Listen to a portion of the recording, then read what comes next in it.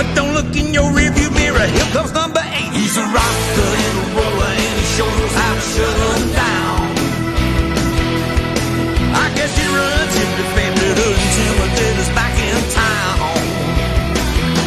Yeah, I guess he runs independent until my daddy's back in town.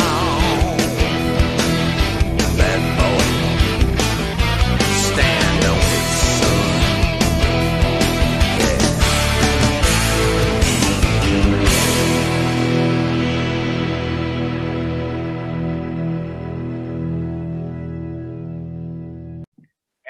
Welcome to the Nasboys podcast. Now, did you know that Pocono Raceway has the longest front stretch in NASCAR? It is so good. It has multiple different views if you sit near the front stretch, such as on pit road and coming out of 3. So anyways, guys, welcome to the Nasboys podcast. I'm your host, Mike, a.k.a. Mike Bob Fan 101, with my co-hosts and good friends, Christian, a.k.a. Savage NASCAR. What's up? Josiah, a.k.a. Josiah _ Calhoun. Hi. Hello. And Cam, a.k.a. I Spy Cam. Howdy-o. So let's get down to our show tonight. We're going to talk about this weekend's race over in Nashville, which I found the week to be a success. We're going to start out with the truck race. What did you guys think? The truck race was okay. I honestly did not watch it because I was at work, and same thing with the Xfinity race. But you know, a lot of people expected that guy. Who won again? Was it John Hunter? If I'm correct, John Hunter won again. Ryan Preece. Oh, yeah. Why'd I say John Hunter? Yeah, the reason why I thought it was John Hunter is because I saw a picture of him going backwards. That they posted, but yeah, Ryan Preece got the win, which was pretty cool. It's a surprise to see him, get a win. If I'm correct, it's his first win in all 3 series, but I may be wrong. But no, he has won in the Xfinity series, I believe, but it was his first win in trucks. Yeah. So thank you for that, Mike. And I mean, I honestly don't know much about the race because I didn't get to see it, so my fault for not doing my research. I thought the race was all right. I mean, it wasn't bad. I was really shocked to see Ryan Preece win, which I'm actually happy for because I've always liked Ryan Preece. I thought he's a nice guy. I've never seen him in anything like really bad, that's ever like been like kind of like, oh, made me mad. So I'm pretty happy about that. How about you, Josiah? Sadly, I didn't watch the truck race. Well, I did watch the truck race. I'm sorry for my head getting cut off there. But yes, I did watch the truck race, and I really thought it was a good race. We saw a lot of solid action. They didn't have PJ1 on the track, which NASCAR, get rid of PJ1. Honestly, Yes. like that other stuff, what was it called? Like resin? I forgot what it was called, but they put other stuff on the track. Interesting. And it made the racing really, really good, and I enjoyed that racing a lot. Ryan Preece, that was definitely a shocker. I thought it's not rosin, is it? I don't know what it is. I know it starts with an R. Comment down below if you know what it is. It's something. But anyways, as you're saying, Mike. But yeah, he was battling, I think it was with Grant Enfinger. I thought Enfinger was going to win, but no, Ryan Preece proved me wrong. I was impressed with him. If he's really going to drive like that and he's really that talented of a driver, I don't see why he's with JTG. I mean, he should just be with maybe a mid-tier organization if he's really that good, or maybe he can go to a top-tier team in Xfinity and try to improve himself for a top-tier ride when someone like Kevin Harvick retires. So who knows? Maybe Preece will do well in the future. But I really enjoyed the race. I'll give it an 8 out of 10. And yeah. I just want to say, I don't know if you guys like collectively have watched all of these races or not, but from looking at what you guys could see, how do you think these cars ran on Nashville? They ran pretty decent. The racing, I felt like wasn't that great, as some people say. I thought the best parts were the restarts, to be honest with you, but the racing was okay. It was better than like a Michigan or a Kansas. race, but to me it wasn't great or very exciting. I would say I would rather prefer them go to Nashville Fairgrounds, to be honest. Looking at this, like just how the racing was in general, it wasn't bad. Just like Sabotage, it was kind of like restart heavy, but like I like the restarts. They were probably a very interesting part to it. It went smooth. I mean, I just thought that it wasn't as good as what the hype up was. Yeah. Yeah, I mean, I thought the racing was pretty good. Like, I'll agree with you guys that like it wasn't really like awesome racing like what we see at like Talladega, for example.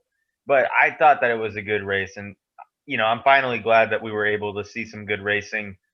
Since the last few races in the Cup Series, which is a spoiler, were meh at best. Oh, dude. I mean, a little disappointing, but I will say this one had me, like actually just keeping up with the whole race. I wasn't just, snooping off and, doing other things while watching. Exactly. I was actually fully invested, which was surprising because it's been a while. Yeah. So now let's take a look at what you guys have to say about the truck race. 4 of you said great. 8 of you said good. None of you said meh/okay, and 1 of you said bad. Okay. Underscore Carlos underscore says good racing on the restart and Priest won. Woo. Henry 24257 says there was great side-by-side passes, but not a lot of passing. Real enthusiasm there, Mike. Yeah, I was about to say, like, you'd be dying. No, he said it in almost. lowercase letters. Like, I'll show you guys after the episode. He said it in lowercase letters. Ben Danush _ says my internet went out. That sucks to be you. That's valid. That happened to me yesterday. Okay, so and the driver of the day is Priest, which okay, you could say Priest was the driver of the day, but you want to know who impressed me? Jack Wood. He made his first start in the Xfinity series or the Truck Series, excuse me, and he was running really well with the big boys. I saw him a lot in top 10, top 15, and that was really good. He impressed me a lot. So I might have to give driver of the day to Jack Wood. Hey. Unfortunate name though. I guess for race driver of the day, it'd probably go to Ryan Priest. Like I said, he shocked me. So I would say driver to Davis Grant Infinger. Josiah? Yeah, I haven't watched. I didn't watch the truck race, but I'll agree on Wood. From what I've heard. Now let's talk about the Xfinity series. What did you guys think of it? Well, I mean, it's Kyle Busch won again. You know what I'm saying? I have to say though, congratulations on your 100th, Xfinity win. But at the same time, he's just over here again, just stealing wins from the regular Xfinity drivers. But I didn't think he was going to win that race. From what I forgot who I picked to win. But I think I had Kyle Busch winning the truck race, not the Xfinity race. And, Justin Allgaier had a good race there. And then they had a big wreck on the front stretch, which surprised me because, I didn't think there was going to be any wrecks in the Xfinity race because that rarely happens for them on 1.5-mile tracks, like Kansas, for example. So, yeah, I thought the Xfinity race was pretty decent, though. It wasn't better than the Cup or the truck race, though, in my opinion. So that's my thoughts. I thought this was a solid race as well. I mean, like, it was in the mix for me. It didn't really, maybe it was just because it's a new track that I was really invested in it in general. But, it really wasn't that bad. And, I did the same thing I'm pretty sure I did the same thing that Savage did. I said that I had Kyle Busch for trucks and I had, I don't know who I had for Xfinity, but I remember Mike saying that he got Kyle Busch for Xfinity as well. So that sucks. But overall, it was not a bad race. If I had to rate it, I'd probably give it like a 6 out of 10. I mean, like again, I'd probably give the same with the truck race. I guess I didn't really get a rating, but same with that. Okay. Oh, sorry, Josiah, go ahead. Okay, yeah, I thought this was a solid race, and I think it's pretty cool to see Kyle Busch win 100 races in the Xfinity Series. So, not much people can do that, win anything with 3 digits in like a series. So I think that's definitely an impressive feat. So I'm gonna say different because it's like if you put up an MMA fighter against like a 4-year-old, you know what I mean? Like, I feel like it's a little unfair. You know? Oh, I don't know. Those guys are still I don't know about rookies. that. They're still new. That's why they're in That's Xfinity. a It's like bullying at this point. Oh my Okay, God. so to answer your pick questions, Christian, for the truck race, you picked Sheldon Creed because Kyle Busch wasn't racing in there. And Oh. Cam, you picked Kyle Busch in Xfinity, and Christian, you picked Austin Cindric in Xfinity. Oh, I Yeah, got it right. Cindric Oh, got wait, it so I right. We must be. both, but yeah, me and Cam got it right. I must have thought maybe I picked someone else. I don't think actually. You know what I did? I think I picked someone else in trucks because I didn't know that Kyle Picked Busch is there. Nemechek. Then I picked. Oh wait, no, then I you didn't picked- pick Nemechek. You picked Byron. Yeah, picked Byron. And then I Nemechek. picked Xfinity. I had Kyle, and then I remember you said Cub. You had Kyle, and I said somebody else. I think I said Logano. Yeah, you did say Logano. There you go. Got that It's coming. pride. It's coming back now. Yeah, and I had Yep. Kyle Busch for the Cup race. But anyways, I thought the racing was okay. It was not as good as the truck race. Besides the battle at the end, that was really intense as an Allgaier fan. Just overall solid racing from what I saw, and yeah, that battle at the end was very nerve wracking, and I just was like, don't wreck, don't get past Allgaier, but congrats to Kyle Busch. You know, I know that it doesn't seem very impressive because it is in the Xfinity Series, but if you think about it, when he was in the Xfinity Series, when he was first starting his career, he got some of those wins. Plus, continuing to pile on those wins, even if he leached them, that's still impressive. Not very many people can get to triple digits, so that will definitely help his Hall of Fame score. And just congratulations to Kyle Busch. That's a historic feat, and I'm somewhat happy that I witnessed history, even though he beat my Yep. favorite Xfinity driver. Just gonna say that, like, you know, I also got to witness that, which is pretty cool. I always think it's cool to witness something on live, you know, that's just on live TV. It's always like something that's Exactly. like, wow, that's really cool. Because I could say like later on in life, I could say I've done that and I've seen that. You know what I mean? Well, I haven't done that, but you know what I mean. Yeah, I mean, I've witnessed a lot of like NBA playoff games, playoff games in general for sports. So Yeah. that's cool. It's always cool to watch history. So now let's take a look at the truck race or the Xfinity race. God, I can't talk. Hold on one second. 2 of you said great. 5 of you said good. 2 of you said meh/okay, and none of you said bad.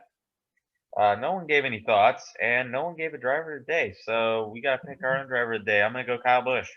I'm gonna go Kyle Busch as well because you know he did have that historic 100. You know, so I give it to Plus, he him. basically dominated. Yeah, yeah, true. Now I don't want to sound like a hater here, but he has run at this track before. Yeah, he has. He's won there before in the Xfinity Series, so it's pretty obvious. Yeah, there we go. Oh, I thought I was muted. Oh, yeah, I think the driver of the day was Kyle Busch. I think it's I don't know, it's the easy pick for the driver of the day. Okay, so now let's get into the Cup race. What did you guys think? I mean, it was definitely really high event, and a lot of people were there. And I know a lot of people who went to the race. I know people that actually got to go into the garage. So it's pretty cool to see fans back in the garage area, because it's been a while since that's happened. There's a lot of stars there as well, and well-known figures in the NASCAR community and in other sports. The racing was pretty decent. I don't think it was very, very exciting, but it was a decent race. I don't have NBCSN, so of course I couldn't watch it. But I did get to see the highlights after the race. And, for a while, I didn't think that Hendrick Motorsports was going to get another win. I honestly didn't think that Larson was going to win. Eric Almirola my favorite current driver having a great race, St. Denis Chastain. I was like, I really wanted them to win that race, but they got second and fourth, and Kyle Larson won yet again. This time a fuel strategy, and he had to conserve fuel. So, I mean, it's crazy, man. Hendrick is having such a great year, and it's really cool to see because, for a couple years, they were pretty bad. And Joe Gibbs was dominating, Penske's dominating, and now Hendrick's dominating again. So I know there's a lot of people that are upset about that, but I mean, just get over it. You know what I'm saying? Like, every couple of years, there'll be teams that are pretty good, and then they'll be bad for a little bit, and then they'll be good again. And right now, I think this is Hendrick Motorsports' year, and it's just pretty crazy how well Larson's doing, especially since it's his first year in the 5-car, you know what I'm saying? So, I mean, I have to give that race probably a rating of 6 out of 10, though, because it wasn't great, but it was okay. I liked it. I'd probably give it like a 6.5 out of 10. It was a little better than the other races. I like what Savage said about the whole, teams like fall off and then come back. It's kind of crazy. And, Larson's been dominating. He's a really good driver, and it's, I don't know. We'll see where he goes on from now, because I don't think his domination is going to stop now. I think it's going to keep going on for a while. And it was a good race. I mean, I was not upset about it. I was pretty happy that it happened. For Hendricks to see them up there again. I'm sure they're a little upset still with Hendrick fans about Jimmy Johnson. So the fact that they got guys like Larson out there now is pretty happy, for them. So Chase Elliott had a good race too, but he got disqualified for loose lug nut. So that's a little controversy, but we move. Yeah, he kind of got lucky on one of those races anyways. Yeah, I know. It definitely is really cool to see Hendrick dominating like this, because I never really got to see Hendrick dominate because I started watching in like 2019. So it's really cool for me to see them dominate for the first time, especially since they're one of my favorite teams. But yeah, I think Larson he has definitely been really dominant this season, maybe even more dominant than Kevin Harvick was last season. With he has like 12 stage wins, which is crazy. So yeah, and I thought the race was pretty good. I very much enjoyed it. I thought really Larson, the battle for the lead with Larson wasn't very interesting because he kind of just pulled away. But I thought the rest of the field, their battling was really good. And yeah, I thought this was a really entertaining race. So I think it deserves a 7 out of 10. Yeah, Ricky Jr., I meant to add, Ricky Stenhouse Jr., I know, Cam, you don't like him, but he had a top 10. Wow. Surprising, right? Good job, I just want to say, Steakhouse. though, real quick, Mike, you might hate me for this, but is it good? Is your food good? It is good. Thank you. Yeah, is it? Yeah. Okay. That was random. Yeah. So before I get into my thoughts, I just want to give shout outs to the people who got KFB right for the Xfinity race. I missed that. So shout out to Bubba Love 02, Henry 24257, and Ben Denouche _, for guessing Kyle Busch. So now for my thoughts on the Cup race. I didn't watch the first half of the race because I was going to a basketball game or a baseball game. God, I can't talk tonight. I'm tired. Sorry. But yeah,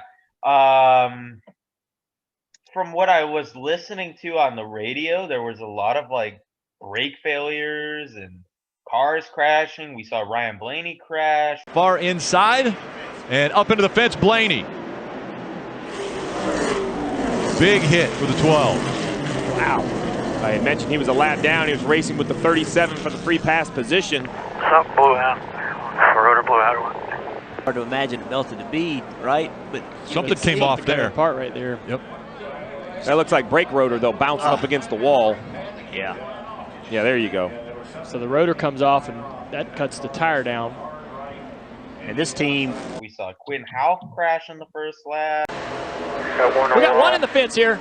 Quinn Houff in the 00. He had some issues in qualifying, had contact with the, we got a tire come off a car. Imagine it's off of his.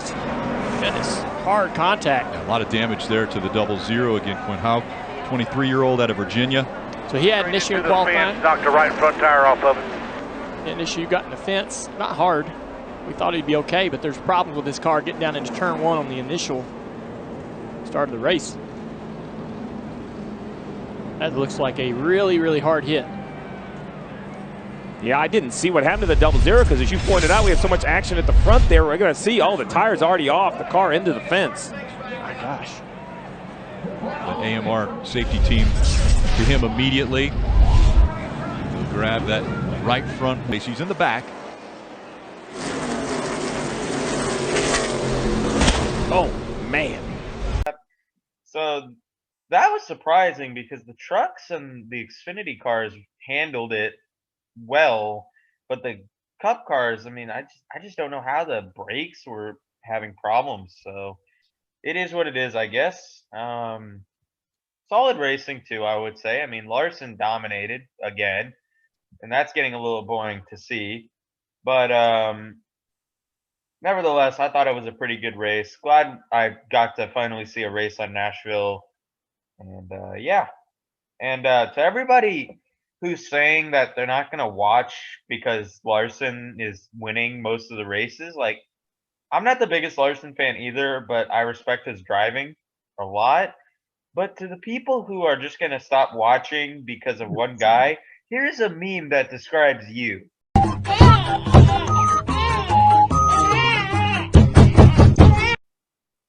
So yeah, no one cares if you're gonna stop watching because of one driver. First of all, we know you're gonna come back next week and you're gonna watch and you're gonna root for your favorite driver, and then you're gonna complain again. And then second of all, if you really don't want to watch, don't watch. We're not gonna miss you. You're a fair weather fan. That's what you are. I was gonna say, not that many Confederate flags in Nashville, like I thought there would be. You know what I mean? Like I was expecting a lot more. Oh yeah, Tennessee's a big Southern state. I was like, man, NASCAR must have really got on you guys, eh? Yeah.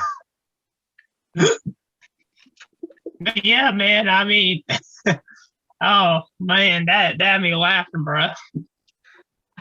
Oh Lord. But anyways, Mike, what type of food are you having? I have a spicy chicken sandwich with French fries. Is it bussin'? It is bussin'. Wait, where is it from? Boston Yay! Market. Well, I've never heard of that place. I see. Listen, with the way the bun looked, it looked like Wendy's. That's what I really honestly thought it was. Oh yeah. Because he had like those really shiny buns, but they're really tough and crusty. Yeah. Anyways, you know. Popeyes. Popeyes is actually bussin'. But anyways, we're not going to talk about food. This is NASCAR. Come on, boys. You know this. All right. Here's what you guys had to say about the Cup race. 4 of you said great. 5 of you said good. 4 of you said meh/okay, and none of you said bad. And another thing I liked about the Cup race, I just realized that it was fuel mileage. Like, I thought Ross was going to win if Kyle ran out of fuel, but it is what it is. So Henry says lots of passing and Larson is unbeatable. And Carlos says great racing, high horsepower, just needs to be in for the rest of the season, which I agree with. Driver of the day is a 3-way tie between Chastain, Almirola, and Larson. I'm going to go Larson.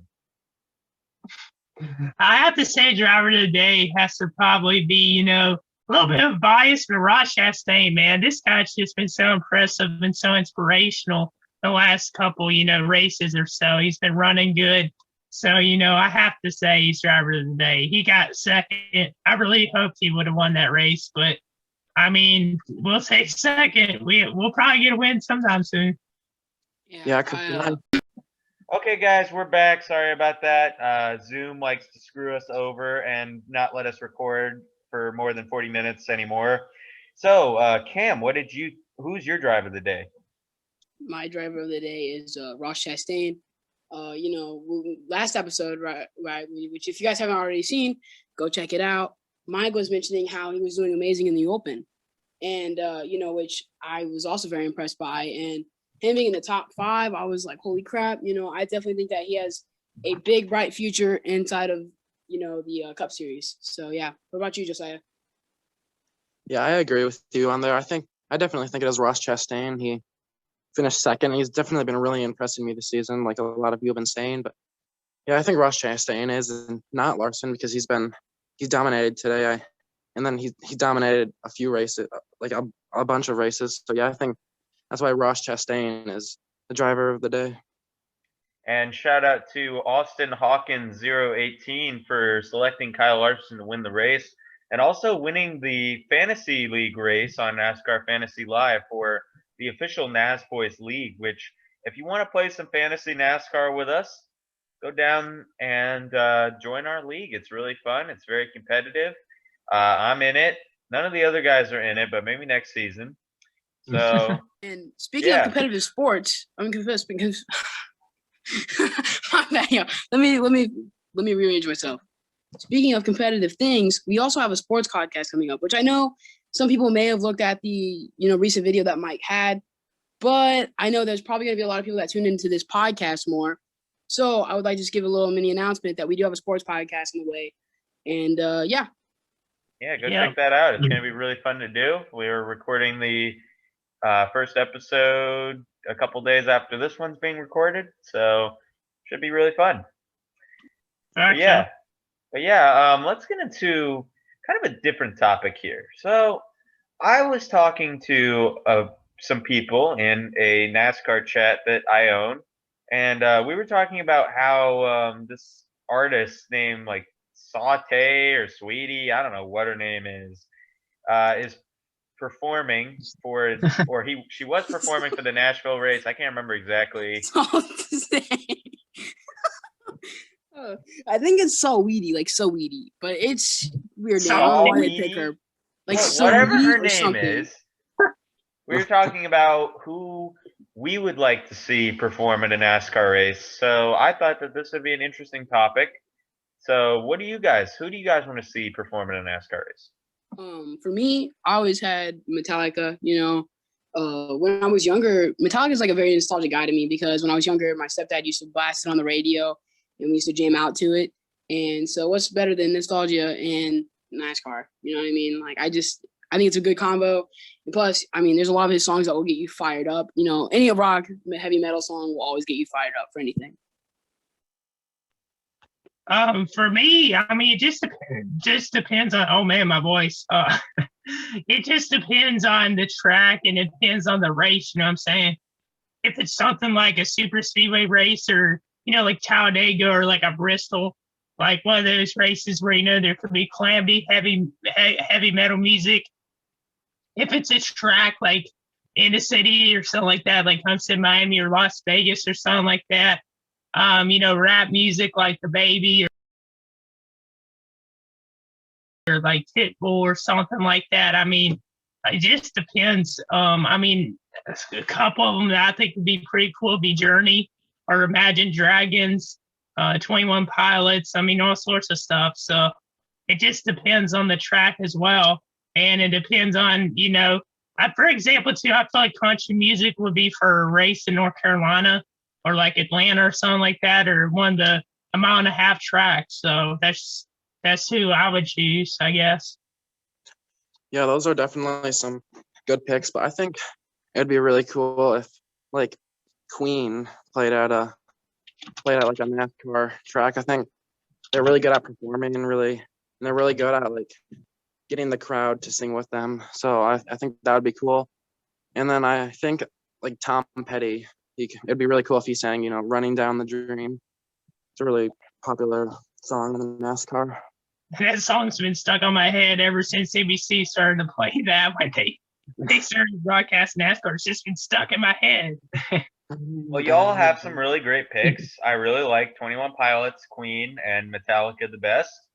And I originally was going to go with Metallica as well, but I'm going to try to be original here and select two bands, or one band and an artist that I think would fit really well. The first one is Guns N' Roses.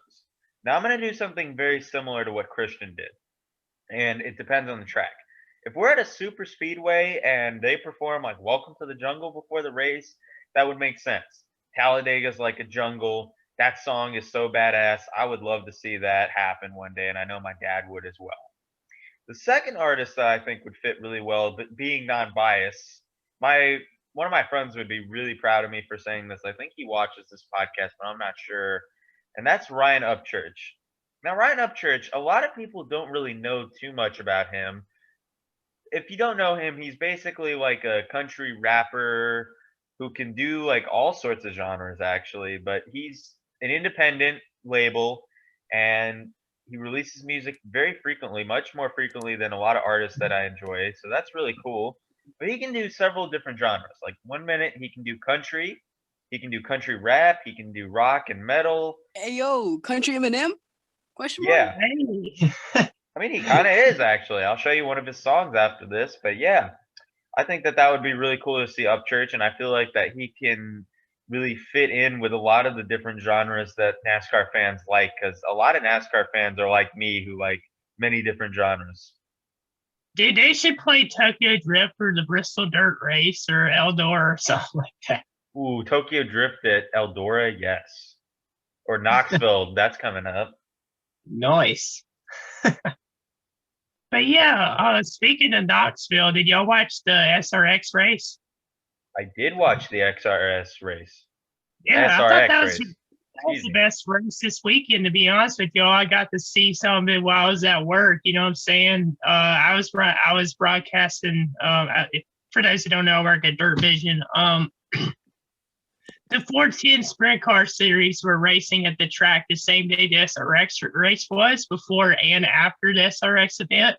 So we couldn't show, of course, the SRX event because CBS broadcast and all that. But, you know, I was there at the studios controlling all that and the leaderboards and the events and all that. So what we were going to show. So I thought that was pretty fun. And, you know, Tony Stewart, he dominated that whole event. He was on the pole and he led most of that. He violated Michael Waltrip pretty bad in his interview. You know, Haley Dean got second. She ran really well. Ernie Francis Jr., you know, a lot of people don't really know much about Francis Jr., but he ended up getting third, and Deegan moved him out of the way to get second. So what was y'all's thoughts about it? Yeah, I think that. You go. Yeah, I think that Ernie Francis Jr. definitely, like, I don't know if he really wants to go to like any NASCAR thing or not. I think they should definitely get him in a ride, because like in a truck series or like K&N or something, because I think he won what is it, like 7 straight championships in the Trans Am series that he runs. So he's definitely really talented. Okay, well, Trying to get into something new. I was gonna talk about the NASCAR power rankings, which I'm gonna give my my top 5. Which for my top 5, coming in, I have Larson, which, you know, obviously he's been dominating. I also have Almirola. You know, he kind of actually got up there a little bit. You know, I think coming in at number 4. You know, which I was impressed by. You know, of course, Chastain, he's been impressing me lately. Harvick, I think, was at number 5. You know, he's been up there.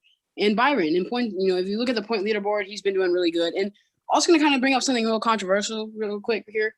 You know, Hamlin being first on the leaderboards, I don't think he deserves it. There's nothing that I feel like he should be up there at number 1, especially. I still think that Larson should be up there at number 1 because, I mean, if you look at the stats, I mean, Larson's done way better. But, you know, that's something so stupid that NASCAR does. Yeah. It just doesn't make sense to me. I honestly don't know why Hamlin is at first, because like the only thing that he matches Larson with is top 10s. They both have 12 top 10s. Yeah, good point. I think that Hamlin's only up there because of the stupid format. They need to fix it. Yeah. 100%. It's just really stupid. I mean, like, you know, you think NASCAR, with all the people that have like talked about this and hated on the format, you think they'd listen to us and change it, but they haven't. And it's just one of those things that NASCAR does that like really just sparks me up and gets me mad. But, you know, I'm not going to talk about it much. I just thought it was really annoying and wanted to bring it up to the podcast because I know there's probably people that are looking at this and being like 100% agreeing with us. Yeah. I was surprised she jumped the gun on the power rankings. No one else was talking about the other thing, but it's cool. So for my power rankings, I've got to kind of think about this. I think at number 5, Actually, Josiah, why don't you go ahead? I got to think about this a little bit. Okay, so yeah, I already have my power rankings, so I'm pretty set on this. But I'll start. I don't know. I'll start off with number one because, and then at number one I have Kyle Larson. Obviously, he's been very dominant. I've just been so dominant this season. And then at number two, I actually have William Byron. He's been really consistent this season, and then lately he's been running in the top 5 a lot. So all of Hendrick has been running that's in the top 5. So that's really good to see. And then number 3, I have Denny Hamlin. He's also been pretty consistent this season. He's been pretty good. Lately, he's not been as consistent, but yeah, he's also really good at Pocono. He won last year. I'm pretty sure. Yeah, he won at Pocono last year. So yeah, he's definitely pretty good there. And then number 4, I'll say Chase Elliott, even though he got the failed inspection and got back to last, I'll say Chase Elliott. And then number 5, I have Kevin Harvick. Okay, not bad picks. So I thought of my picks a little bit. In at number 5, I'm gonna go with Denny Hamlin. I feel like that he can win at Pocono, and he's shown that he's been very solid at Pocono. He did really well in the double headers. I think he had one where he finished second, and then the second one he won, which I know that for a fact. So Denny Hamlin, number 5.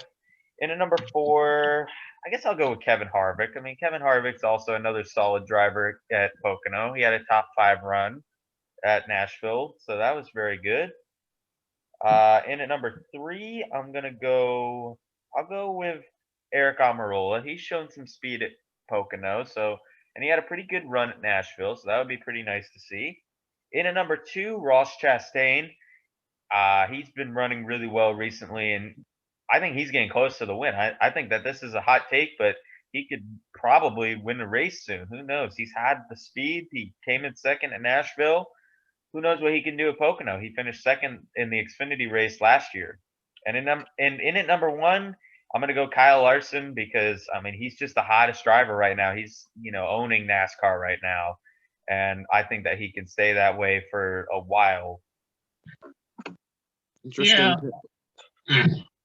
Well, for me, I would say my top 5. Of course, Kyle Larson right now is number 1 on my power rankings. He's definitely is. Number 2, I have to say Chase Elliott, even though he got caught the team got caught messing with lug nuts at Nashville. But I have Chase Elliott number 2. Number 3, I have Kyle Busch. I mean, not just because he's been winning the Xfinity and truck races, but because he's been running pretty decent in Cup in most races. Number 4, I have to go with Ricky Stenhouse. No, I'm just kidding. Number 4 is actually Denny Hamlin. And then at number 5, I have to put Ross Chastain. So that's my top 5 power rankings. So, yeah. All right, guys. So sorry we didn't do this in the video, but we are going to do it now. This is top 10 Pocono wrecks made by Christian, a.k.a. Savage NASCAR. Coming in at number 10 is Bubba Wallace's hard wreck. Went on to win that race. Oh, hard into the wall. It's a 43. Bubba Wallace slams the wall.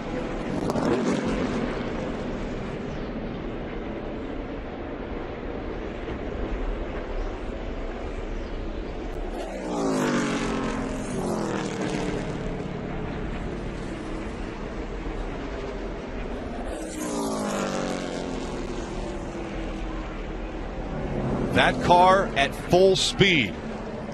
Passenger side door into the wall.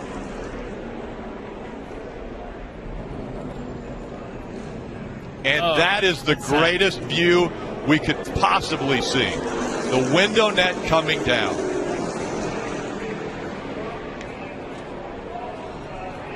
This was a massive hit.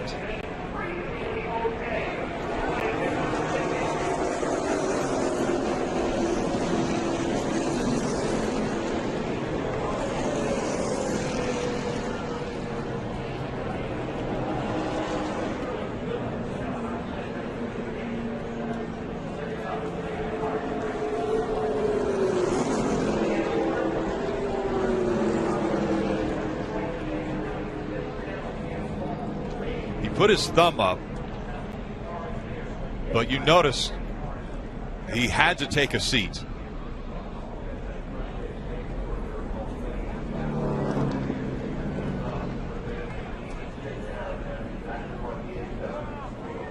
In turn one, which is the end of that long front straightaway, we talk about how fast they enter turn one, over 200 miles an hour. Something happens. And we've heard people talking about brake issues and having an issue with brakes. The speed at which we saw Bubba Wallace just hit that wall, it almost looked as though he didn't have brakes. Well, Rick, that was my instant thought, was perhaps was it some issue like that? What caused him to go into the wall at that speed? This is great to see Bubba walk towards the ambulance. Real good. I mean, and he waved to the crowd, too. I mean, that's Kelly. Yeah, such a hard hit. You could hear it in Bubba's voice over the radio afterward. He said that was the hardest one ever. The team asked him if he was okay, and he was just barely muttered a yes. Red flag is out. And guys, take another look. So this wreck was caused due to a brake failure. He careened through the infield before slamming the outside wall, which is luckily lined with a safer barrier. It took him a little while to exit the car, but he did so gingerly in order to catch his breath. He said that it was the hardest one of his career, and he was telling his team that there's no feeling like being helpless in that situation going off into the turn. It scared the hell out of me, and I didn't know if I was going to remember it when I hit or not. Luckily, he only escaped with him biting his cheek and his foot falling off the pedal. In at number 9 is Dave Marcus's wreck and near flip. To the screen. One at Dover with his same race car. Oh, Dave Marcus in trouble in turn 2. Look at the damage to the front of his race car. Back and front. Dave Marcus hitting a ton. You see him moving there. Took down the window net, which signals he's okay. Doesn't matter, rookie or veteran alike. Turn 2's going to grab you. It's happened to the very best over the years. And Dave Marcus brings out the 4th caution flag of the day here in the Pocono 500. Let's take a look at what we can see here. It's going to be a vicious hit. He and Brett were together. Oh, man. Oh, man, oh, man. Holy cow. Wow. He almost got that thing upside down. You don't think they carry some speed around this flat racetrack? I tell you what, that screen right there on that window saved his life just then. I saw his head trying to get out of that race car, and it was over against the wall when I was watching his head right against the wall there. That screen really saved him. It's about as hard as you can hit. We've seen 2 vicious licks today. Rusty Wallace's deal in turn 1 at 200 miles an hour head on, as he described it. And that job, Dave Marcus. We're back in just a moment. Now, he was mostly old school, and his friend Dale Earnhardt was absolutely against the use of full-face helmets and new contraptions such as the Hans device. Marcus instead used shoulder straps, which helped his head be in place, and he credits those by saving his life. In at number 8 is Jeff Gordon's hard hit. He'll come around for 10 to go with a whopping 5.4 second lead, and Jeff Gordon has crashed. Man, that is a bad crash. It's a hard lick. Drivers. He said the brakes went out. Boy, and he's hurting. I don't like the looks of that at all.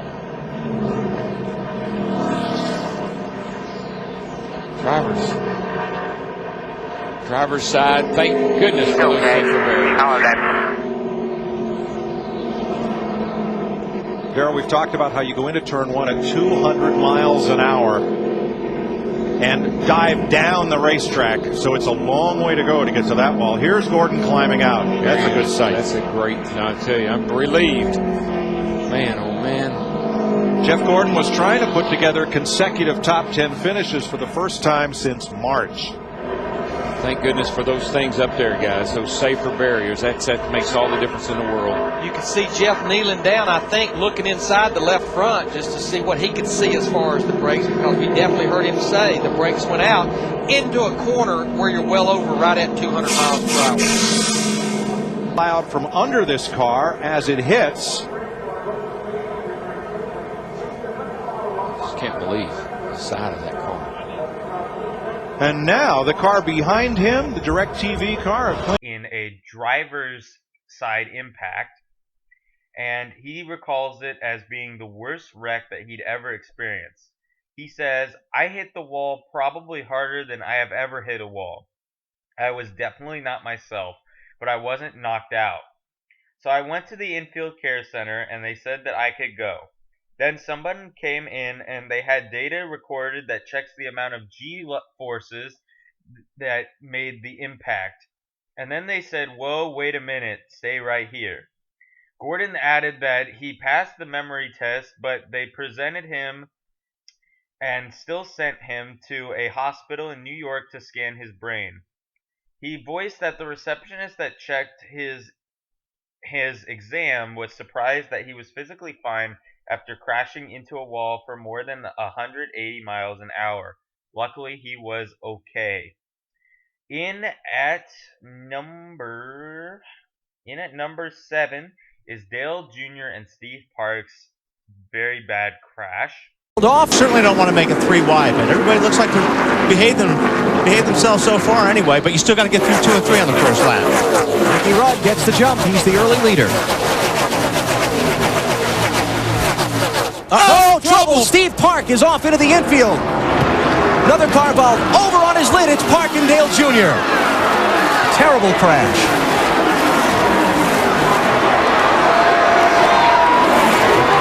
Man, Steve Park's car just turned dead left when he came off turn 2.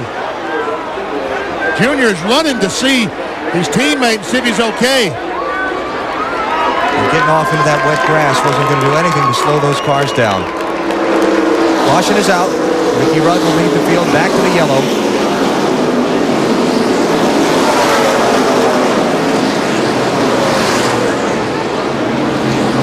You can see Park moving inside the car, looking through the back glass. He's trying to get himself unwrapped around the roll bars to get out. Yeah, he's definitely moving in there. That's a great sign. The car hit that inside guardrail, which is a guardrail instead of a wall. And Rusty Wallace got a piece of it.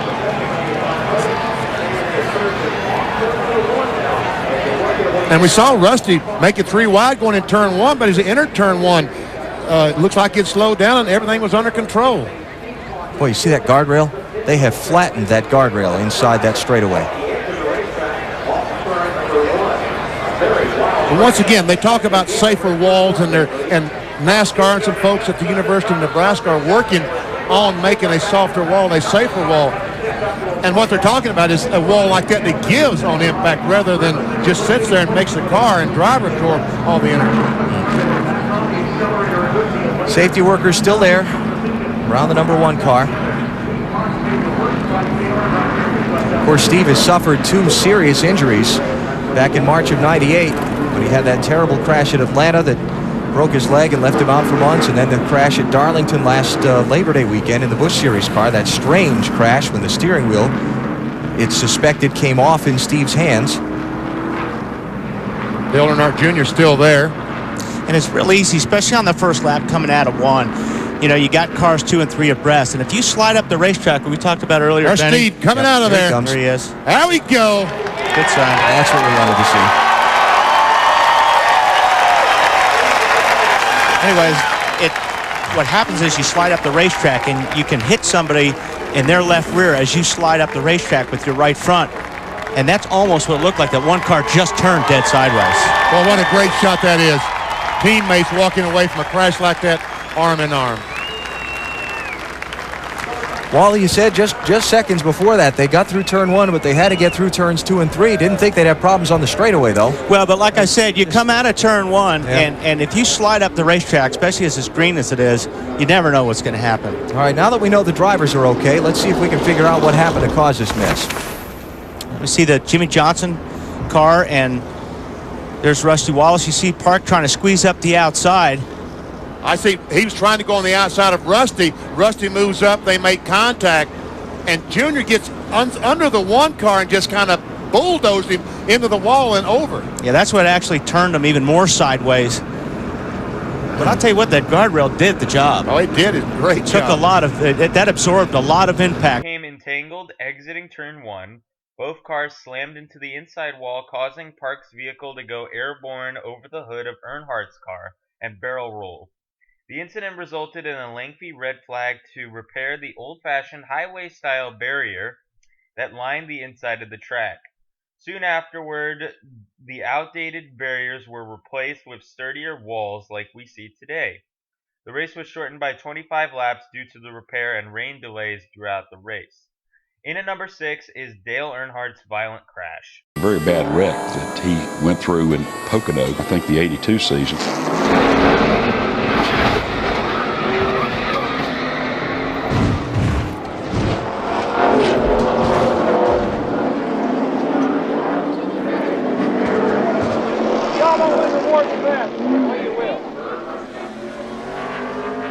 The car was simply demolished.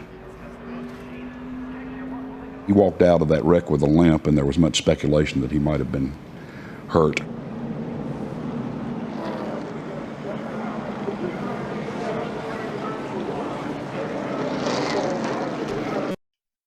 He had a violent crash in the Mountain Dew 500 in 1982 and broke his leg when he and Tim Richmond got together going into turn 1, and both of them hit the wall.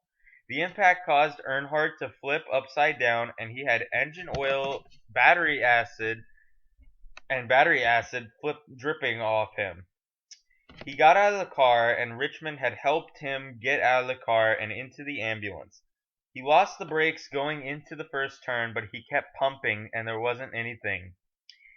I've got a Charlie horse, but I've put ice on it, and I can walk a bit now. Earnhardt had discovered that he suffered a fracture in his lower femur just above his left kneecap that the infield care center missed, and he was admitted to a hospital near his home for surgery following that race. He kept it a secret even from Bud Moore because he didn't want to be replaced like he was in his rookie season. In at number 5 is Richard Petty's gets hit on the driver's side of the car. And back in the 8th row, in an unaccustomed position for him, is number 43, the king of the sport, Richard Petty, driving with a neck injury that he sustained a month ago at this crash at the Pocono Raceway in Pennsylvania. Jim, Richard was going into the second turn at Pocono, but right there, he lost his right front wheel and helplessly careened right there into the wall. But at this point in the crash, the damage was all on the right side of the car. Richard was still fine inside. There's Buddy Baker going by in front of you. Now watch this. Chuck Bone appears spinning backwards. He gets by Richard. Now, here comes Darrell Waltrip for the hit. Waltrip, at that point, right into Petty's door. That's when Richard was injured in that crash, right at that point. In 1980, it is among the sport's worst of all time. He lost a right front wheel and slammed into the outside wall. He then idled across the middle of the track facing traffic as others crashing cars tried desperately to avoid him. Darrell Waltrip was unable to do so, and his sliding car slammed into Petty's door. The accident resulted in a neck injury for Petty, but he continued to race in the coming weeks. In at number 4 is Greg Sachs flipping and breaks turn 1 wall with lake speed. Well, then he was in trouble. Oh, we have a car upside down, rolling down the racetrack. That's the number 48 car, driven by Greg Sachs. Looks like lake speed. Lake speed also involved. Greg Sachs' car on its top. However, we can see movement inside the cockpit. We believe there's a small fire burning in the engine compartment. It looks that way on top of the engine. And there we see Greg crawling out from the car. Yeah, boy, get out of there. Atta boy. Oh. So that's always good to see the driver come out after a crash of that sort. He doesn't have a helmet on. Well, he had to take it off because of the radio. Climb out now he wants to go back to help Lake speed to see if Lake's okay. Checking on him. He pulled his helmet off to this in because the radio. in turn number 1, and again, we're going to be delayed considerably because the wall has given away once again. Wow. Okay, let's take a look at what did happen. As he went into turn 1, he was on the outside. It looks like Lake Speed might have lost an engine, or at least he lost the car, and Greg hit him, and they both head to that wall. Greg Sachs hit it hard with the right front, and then the car gets upset and starts rolling over as they come down off of the wall, barrel rolling. Look how high it goes into there, comes back down.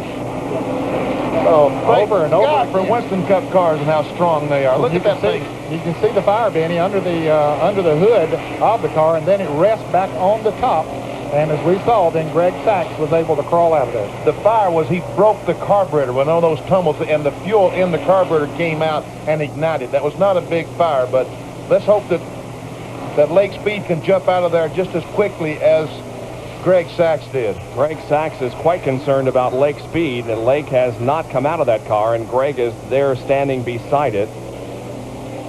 We'll have a real-time replay, and this will give you an indication. Happened involving Greg Sachs, Tom Winkle in the number 48, and the number 83 of Lake Speed.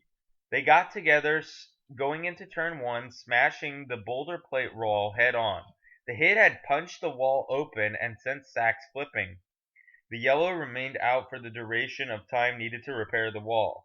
Speed broke his shoulder in the crash and had to sit out for a couple weeks. In at number 3 is Bobby Allison's career-ending accident.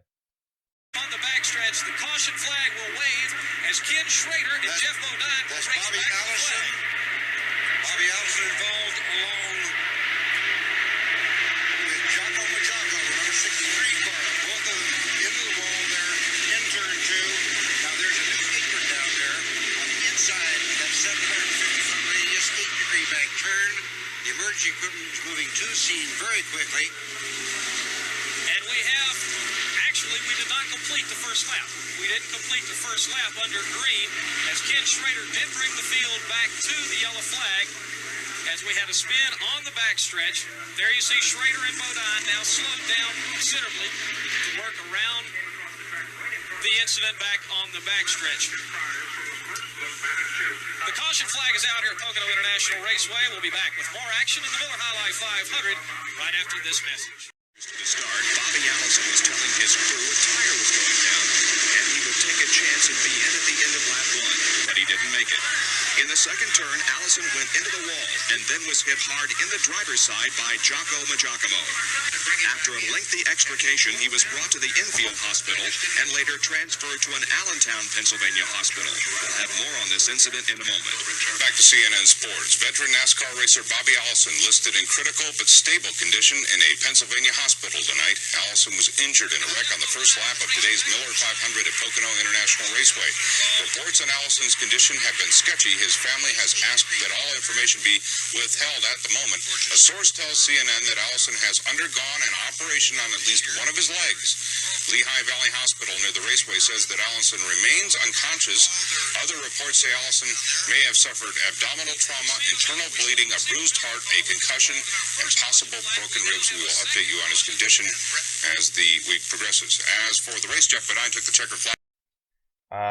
Hold on a second. Okay, I have no info on that. In at number 2 is Davey Allison's scary flip. And he's upside down. Into the guardrail, side over side, end over end, and Davey Allison has experienced a horrifying crash. Davey Allison. His car is upside down. Fuel is pouring out of it. The safety crew is right there. It stopped just in front of one of the safety trucks. And the third caution of the day is out. Well, just like on Saturday Night Thunder last night, this is the type of thing that we don't like to see in racing.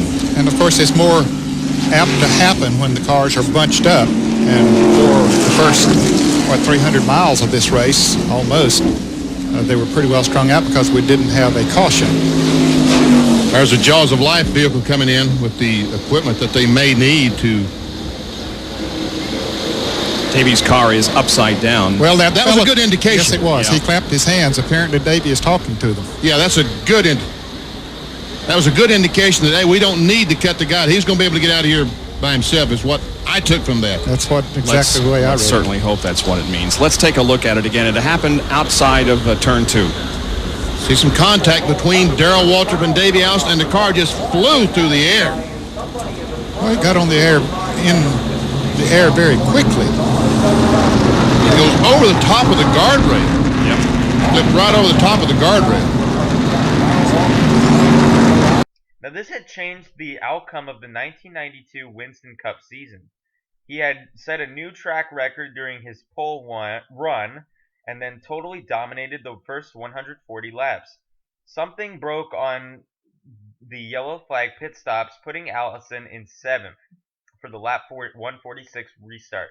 He moved quickly up to 4th on lap 148. His day took a turn for the worse a lap later when he and Darrell Waltrip tangled while jockeying for position exiting turn 2.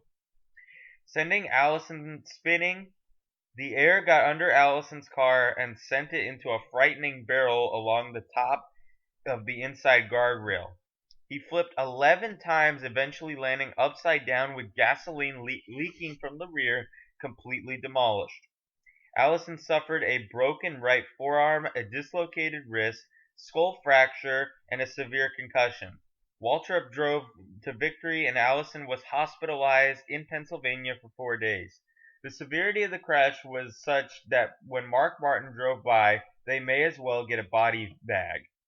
There was also another video, which I'll put right now. You feel comfortable this surviving? Everything's fine. People kept saying, Davey, take your glasses off, and Davey's like, you don't really want me to do that. Yeah, let's see your eyes. If y'all want to see it, I'll show them to you, but it's ugly. Davey smiled. He said, I told you, you didn't want to see this. In half a season, Davey Allison suffered broken ribs, a concussion, a broken forearm and wrist, and each time he returned to the starting grid the next week. His right forearm has 2 plates in it to hold it together. He's got pins across the wrist bones to hold him in position, and he's got a broken collarbone. Of him walking to a press box, and his eyes were just all messed up, and it was just insane. And finally, at number 1 is Elliott Sadler's violent impact. The car. See if he can hold it this time. He's sliding up the track. Here comes Kurt. Here comes that 2 car again. Keep the camera. Look at Jimmy. Yeah, right there. We could keep both these battles in this shot. Great job, guys. Down the stretch. Look out. Trouble. Kurt's into the wall. Boyer's in it as well. And Kurt's getting the worst of it. Like a little bump drafting going on right there. We're trying to gain the advantage. Looks like the 48 got into the back of him a little bit. Boy, he almost came back out onto the track right there. And there is the view as Kurt takes the wheel off. Man, look at this car. Oh, man, further back, Elliott Sadler. And look at this. Gosh. The engine is out of this thing. Oh, my God. Well, that's the whole suspension. It's like the front part of the front suspension. The window net is down for Elliott. He's got the helmet off already. That is the best news. You can see he is in some pain. Oh, man. I hate to see this. Look at the front of that car. The engine completely out of the car. Can't remember the last time I saw one like that. Kurt has climbed out. Well, I have to be honest with you. The last time I saw it was back when we were covering drag racing. And it's not a pretty sight when they have that happen over there either. And Kurt took a hard look also. He's walking under his own power. But right now, Elliott Sadler, we have a red flag situation as Elliott did climb out of the car himself, but he has laid down right on the straightaway there. And the medical crew is there already. And just think good thoughts, folks, because that was a heck of a lick.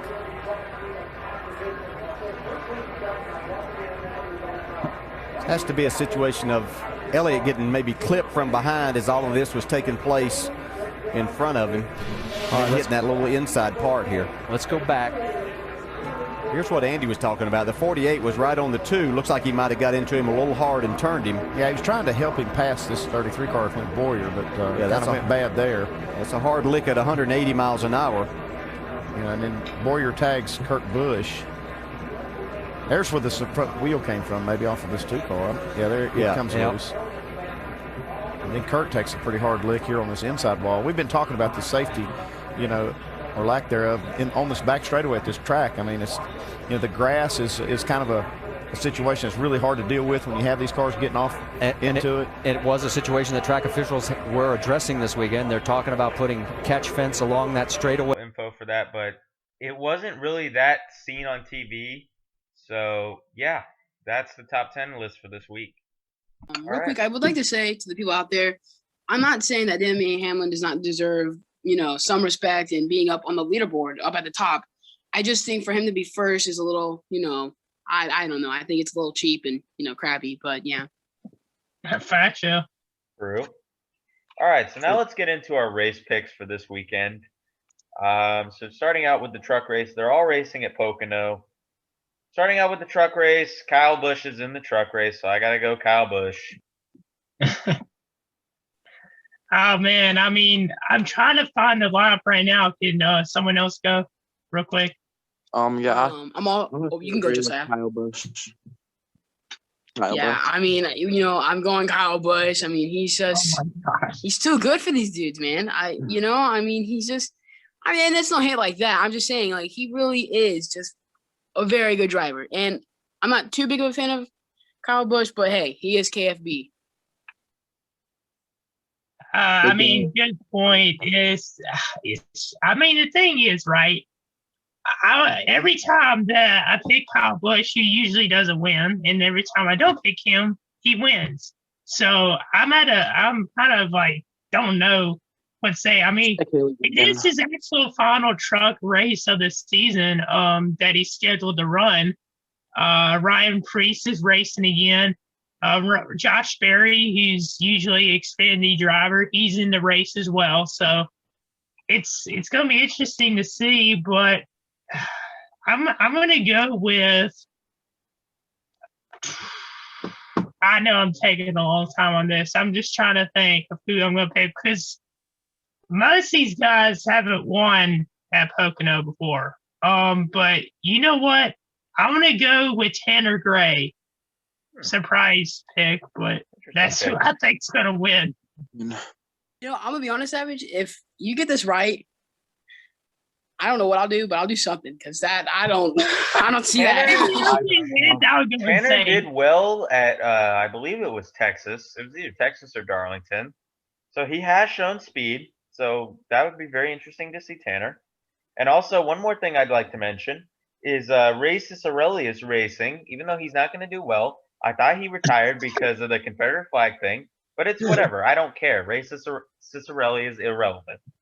Obviously, he's like the fans who said they weren't going to watch anymore, but for him, it's like I'm not going to drive anymore, but I'm still going to be here next week. Yeah, NASCAR got him so bad that one time. Oh man, I know he's upset. Like, I know, like every day before he races, he's crying in his car and in his truck because he just knows, like, I'm about to be embarrassed. Bro, Parker Kilgerman's in this race, so expect him to be in the wall. So for the Xfinity race, I'm having a little bit of a hard time because the top 2 drivers who raced here are now in Cup. So you got Jeremy Clements, you got Myatt Snyder. I think I'm gonna go ahead and do a little something different. I'm gonna pick Myatt Snyder. Not bad. For me, trying to pull up the lineup here. You know, Ty Gibbs is a tempting pick. Same thing at Santino Ferrucci. I thought him being on the lineup was pretty interesting. I know the TikTok car isn't going to win. Landon Castle, I don't know. He might have a good race. But for me, I'm going to go with Raleigh Herbst to win in the 98 car. Okay, so I'm gonna go with Landon Castle. You know, I think he has no chance. I don't think, but I'm picking him for the memes of it. You know, I might as well because I'm gonna be honest. I really don't know who to go with. Okay, like, you know, it's just I don't know who to go with, so I'm just gonna go with Landon Castle. Okay, so for the Pocono race in Xfinity, I don't really have anybody that I like specifically know was really good at Pocono, but for some reason I was just thinking I have a good feeling about AJ Allmendinger, so I'll pick him to win at Pocono. And finally, for the Cup doubleheader, for race 1, I'm going to go ahead and say Denny Hamlin. And for race 2, I'm going to go with Kyle Larson. For race 1, I'm going to go Kyle Larson. And for race 2, I'm going to go also with Kyle Larson. I think he's going to take them both, man. Wow. I think he's going to take them both. He's been on a hot streak. And we've all seen how Larson is on hot streaks. He just keeps rolling. I mean, he does not quit until he gets wrecked out or something happens. Huh. You know, this weekend, you know, I don't know how good the races are going to be. They haven't been great at Pocono recently, but I'm going to go. This is going to be a surprise for y'all, all right? Saturday, I have Matt Benedetto again, his first career win. And on Sunday, I have Denny Hamlin winning. You know, I would like to say, could we have a petition for Pocono to be, like, gone? Now, I really don't like Pocono, man. It's just Alex one of those Bowman. racetracks that, like, nobody really likes unless you live in that area. And it's your only place to go They to. need to go backwards there. That's what they need to do. They need to do a backwards race at Pocono. Alex Bowman, you could probably get a hold of this because my cousin works for you. But please win at Pocono so we don't have to see this. Please. And thank you. All right, Josiah, who are you picking? Okay, so for the first race at Pocono, I don't see anybody stopping Larson quite yet, so I think he'll win. And then for the second race at Pocono, I don't know. I don't really want to copy off of some of you guys, but I'll pick Denny Hamlin to get his first win of the season because, you know, he's pretty good at Pocono, I think. I just think he's going to win. Hasn't he won this season? He has not won this season. Oh, he hasn't. I thought he has, man. No, I think Denny Hamlin had that really one good year last year, and now he's just realized that I'm just the biggest choke artist there is alive, and, you know, I give up. I'm hoping he does. Man. Denny Hamlin's theme song. See if you guys can guess this. Denny Hamlin's theme song is "I Know It's Over, I Was Born a Choker." Heard of the song, but I can't. You guys probably heard it through me, but who cares? I've definitely heard it through you, Mike. I just don't know. You know. We can't play it because of copyright reasons. Yeah, even though we have The Intimidator by Charlie Daniels as our intro. But yeah, anyways, guys, that will conclude this week's episode. Thank you guys so much for watching. Comment, like, and subscribe. Please help us get to 100 subscribers. That's our first real big milestone. It would really mean a lot to us. Share the channel with your friends and family, anyone who likes NASCAR. And keep watching. Join our fantasy league. Join our Discord server. Follow our Instagrams. And we will see you guys in the next episode. Peace. Peace. Subscribe.